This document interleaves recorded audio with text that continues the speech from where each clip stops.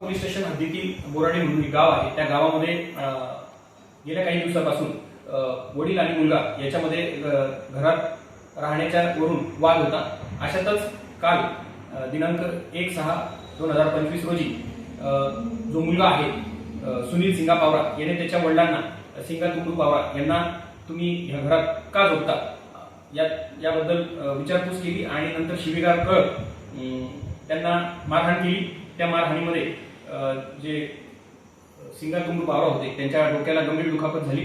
त्यांना प्रथम उपजिल्हा रुग्णालय शिरपूर या ठिकाणी व नंतर हिरे मेडिकल कॉलेज येथे उपचारार्थ पाठवले असता त्यांचा रात्री उपचारादरम्यान मृत्यू झाला आहे.